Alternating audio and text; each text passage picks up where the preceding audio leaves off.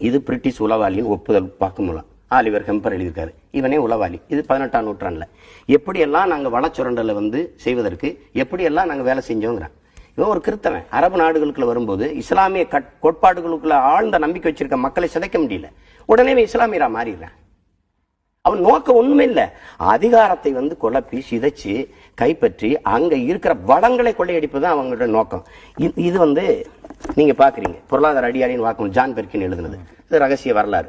இது 3 தான் தம்பி உலக அரசியல். என்னை சுத்தி என்ன நடக்குதுங்கிறது இதான் தம்பி. ஹைட்ரோ கார்பன் எடுப்பேன், மீத்தேன் எடுப்பேன், ஈத்தேன் எடுப்பேன், அதை எடுப்பேன். இது எல்லாமே என்னன்னா வளர்ச்சிங்கிற பேர்ல எங்களை வார்த்தையில இனிக்க வைக்கிறது. வளர்ச்சி வேலை வாய்ப்பு, வளர்ச்சி வேலை வாய்ப்பு.